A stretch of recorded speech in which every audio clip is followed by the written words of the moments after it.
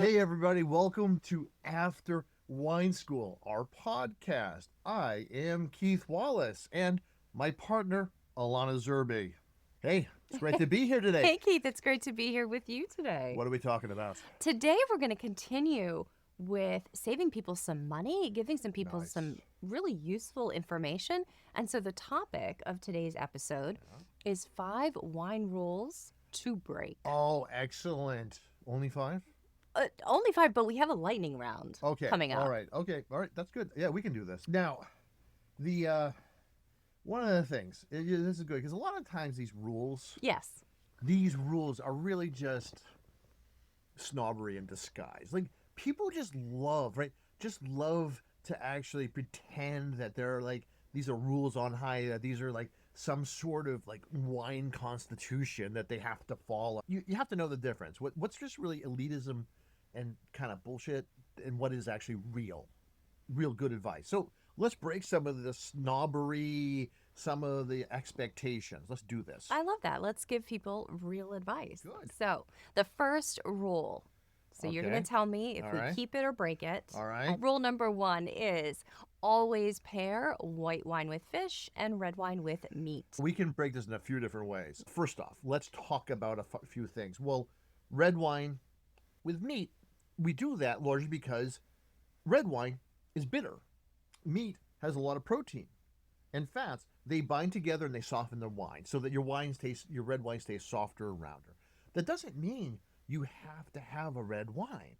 You can do whites, especially if your sauce is like some sort of like a raspberry coulis.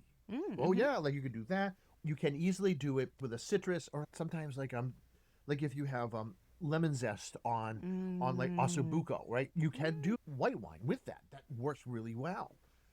Actually, I really love that actually. But the thing that's harder, and the thing you can break if you do it correctly, is red wine with fish. The reason why we don't usually do this, because there's iron in both red wine and in fish. And there are some iron binding proteins in fish that if you get the wrong way, and this is also kind of genetic too, but if you get it the wrong way, you're going to end up having this metallic flavor in your mouth that it's kind of like you just all of a sudden we're eating aluminum foil. It's if aluminum foil could go bad. Now, people have told me, and I have read very fancy people with big wine collections who love to have red wine with sushi, and they say they've never experienced this. That's true. Well, because it's genetic. Like some people, how you perceive it and how much. Some people, they're really sensitive. But there's actually ways around this for everybody to be able to enjoy like a red wine with fish. I know that you have a couple instances of this. I do.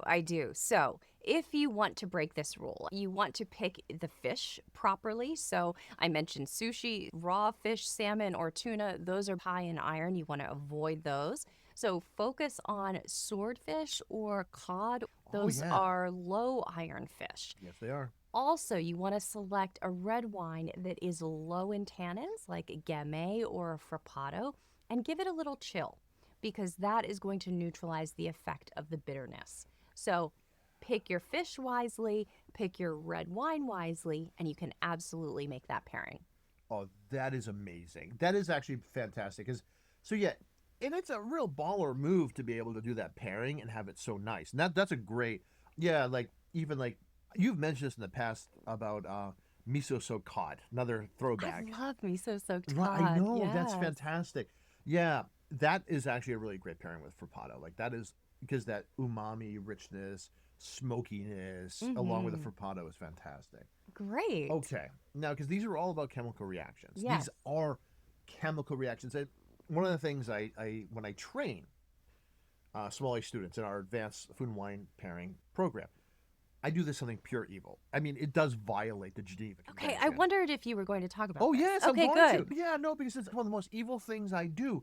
Because chemistry, so how you can do this really badly, and a lot of people say, oh, they'll have sushi with red wine, they don't notice it. Right. What I do is I get a very high iron red wine and a fish that's very high in iron, usually like something like mussels. So you have the glass of red wine, it's a really high, big, heavy red wine, you get not just metal, but it actually tastes because the enzymes start reacting and starts decaying on your tongue right away. It's like evil magic. Oh yeah, yeah. You have to teach Psalms what the bad pairings are. Amazing. Yeah. All right. So we've Yeah. dispelled that rule as a Yeah. hard and fast rule. But yes, by all means, you should try it though. All right. Let's talk about our second rule, rule number 2, which is always serve red wine at room temperature.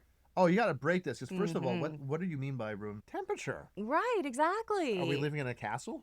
That was probably when the rule started. Yeah, Room yeah. temperature, very chilly. No, we are in the modern era. Room temperature is around 70, 72 degrees. Yeah. Way too warm. Yeah, Way too warm. It is. So I actually have a nice anecdote Okay. Yep. from my Sommelier Secrets class, which I know you've taught in the past, and I've did. been teaching for a while. Something, if I have the prep time to do, I love to show, is the importance of temperature. So temperature is really critical in winemaking, but also enjoying wine. So I will serve students the exact same wine, a red wine at 55 degrees, and then also at room temperature. And people cannot believe it's the same wine. At 55, you taste almost nothing. It's really just maybe a little hint of bitterness, a little bit of fruit. At the room temperature, it's no nuance. It's just lacking all complexity. You'll definitely get oak, you'll definitely get fruit. I did a little differently. So what I did, I didn't do it colder. I did it hotter. So I served one at the right temperature, around 65-ish degrees, and then the other one at 80 degrees. So we're at 60, 65, you're getting all the nuance and everything. At 80, it's just a fruit bomb. I would actually much prefer it warm. That's a funny thing. Red wine warm tastes better than when it's really cold. If you had to choose between If the I two. had to choose between the two, I would actually have it warm. Weird as that may be. It's a great thing to experiment with. You can try that at home. All right. So where are we going from here? Okay. Love talking about old wines. Oh, yes. We have a rule related to old wines. I'm going to put to you as our rule number 3. Yep. Decant only old wines. Oh, no, you got to break this rule. This is not a rule. No. The only reason they decanted it like that was to get rid of the sediment. Like, let's not drink, basically, like, don't drink the gloopy bits. That oxygen, you don't need it in old wines. Like, no, what you really want that, like, glug, glug, glug, glug, glug, wrapping around young wines. And I even think, hey. Young red wines. Young red wines. Yeah, sorry, not white wines, young red wines. I mean, you could even decant because of the price bias thing we talked about in a previous episode. Yeah, like, decant cheap red wines, like make yourself look fancy. Some people think you're like, oh, you're softening the tannins and they're polymerizing, and that's what used to be. People would say that, but actually you are actually oxidizing the tannins. You're actually allowing some volatile components to dissipate and allowing you to taste more things. It's actually pulling away flavors that you can't taste so that there's things that you can taste. It's revealing things. We all, because there's definitely this thing that happens. It's oxidation, not polymerizing, which is a slightly different, like technically, it is just because I'm a geek. 8 years ago, we didn't really know why the flavors changed when you decanted. Like, we didn't really understand it. Now there's good science behind it. Yeah. All right. I do actually teach this concept to my intermediate students, my level 3 sommelier students. Yes. I will show folks typically Longa Nebbiolo, and it's from a more recent vintage. It's not an aged wine. And I'll pour it for them in the beginning of class and have them try it right away. Typically, we would work up to tasting that Nebbiolo, but I intentionally have them try it in the very beginning of class and then at 2 more times during our 90-minute session. And they are amazed at how much the wine benefits and changes over that time. And so, yeah, it's really a beautiful illustration of what some softening can do. That's a huge aha moment. And I think is. everyone at home, go out, spend, don't spend a fortune, but like spend like $15, $20-ish for like a Nebbiolo, like from Lange or from Nebbiolo de Alba, and open it and have it for like 3-4 hours though. Yeah. You're having them like from when they open it, when it's starting to be, really open up, and within 2 hours. But in 5 hours, they'll see the whole breadth of it. Like, because it'll go from like impossible to beautiful about 2-hour mark. But then by the 4 or 5 hour mark, it's starting to fall apart a little bit. And you're starting to see a little bit other things going on that you didn't notice before. and you've lost some things too. So, like you can see, that would be a huge emotional arc. Oh yeah, that's an emotional arc of a tasting right there. Rule number 4 already. Okay. Always age your wines. Age all wines. Okay. You got to break this. You got to break this all the time. Yes. Okay. Right. No. Stop. Bad. We've talked about this before. We have. We're gonna keep coming back to this. The first 5 years, fine. Age it up to 5 years for red wines, fine. White wines, maybe a year, fine. But don't not because if you don't have a good wine cellar, if you're not prepared for the commitment, don't bother. Too many things can go wrong. I mean, we run a wine school. We maintain that.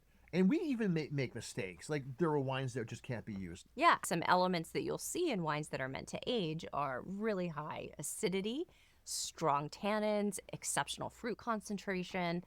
So yeah, absolutely. Because you have to have high acidity because you have to have really high tartaric acid to like keep any bacteria, any excess fungible weird shit going on from happening. You have to have that. You also have to have like really like your pH has to be at a very specific zone too. But so the equivalent of this, if you had one of those wines when they're young, it's like eating a cranberry. Bitter and incredibly tart. Do you really want to sit there just eating raw cranberries? yeah, Like that's not good. no, those wines aren't good when they're young. They're not. Okay. They can be amazing when they're older, but no, and yeah. So very few of those wines still exist. And and people get it wrong all the time. Like so there's this one really uncomfortable story I want to tell. So somebody in the wine trade was at a wedding. They gave a gift and it was an old bottle of wine. And the person who got it was so happy, like, oh my God, here's this old what? I looked at that bottle and I knew what it was. It was a white wine that was brown inside. I mean, it was like 10 years old. It was so far gone.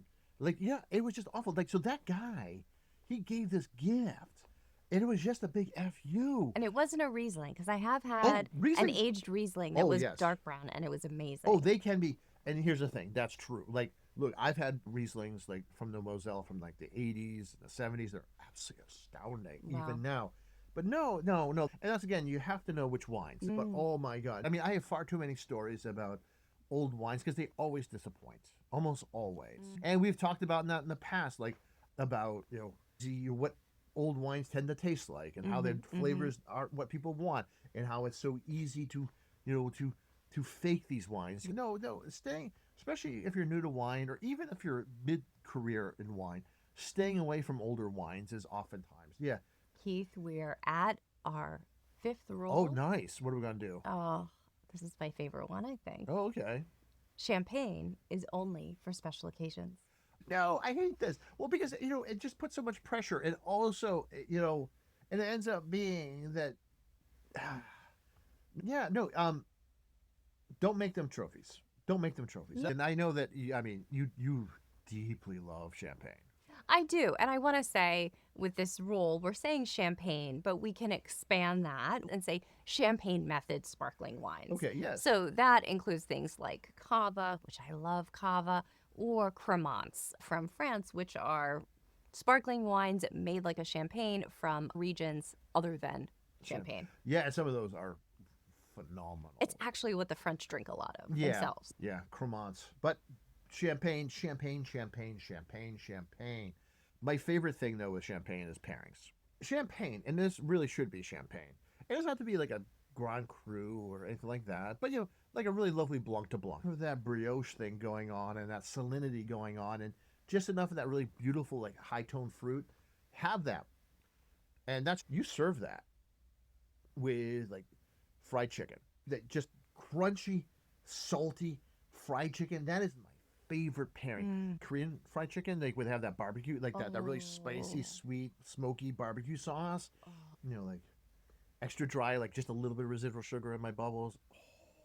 See, Keith, this is why you can get away with just being a little mean. I know, right? I know. Because I know, then you bring out things like that. I know. This is the thing. I know. I have a crap personality, but I'm really good at food and wine pairing. I know. I guess, rule number 6, be a nice person. No, break that. Oh my God, it's true. Oh my God. All right, I made you blush. Mission accomplished. All I right. love it. Yes. All right. Good high-low pairing. Yeah. Nothing better. So yeah, bring out the champagne, bring out the bubbles, and enjoy. All right. Well, where are we at? Keith, we're at the end. It's time for our lightning round, and you had so much fun on the last episode doing it by yourself. I'm going to join you today. Well, fantastic. So you kick us off. All right, lightning round. All right. So here, okay, rosé is not just for summer, right? No. Rosé, I'll steal your thunder. With omelets, fantastic. Eggs, I know that's your favorite thing. I also really like it, actually. With appetizers, or just as an intermezzo. I love it. Or just having with a simple meal. It's perfect. Absolutely. Ultimate picnic wine. Great. I love it. All right. My lightning round item is glasses. Stop worrying about the perfect glasses as long as it has a stem. Use it. Stop worrying about, do I match it? Don't worry about it. It doesn't matter. No, absolutely not. Okay. Mine. Stop worrying about perfect vintages, people. There is no such thing anymore. Stop worrying about it. Because really, what we're talking about as a winemaker, what I'm talking about, a great vintage for me is that I have a lot of fruit so I can sell more wine. That's it. Just stop worrying. And then finally, actually, it's just stop worrying. In my notes, I have be less serious about wine. Yes. But honestly, we have so many things that are deserving of our concern in the world today. Let's not make wine one of them. Let's make wine fun and enjoyable. And don't worry that you're doing it wrong. Hopefully, today's episode showed you that there are reasons for these rules that we have, but there's oftentimes a reason you can break them as well. So, have fun. Absolutely.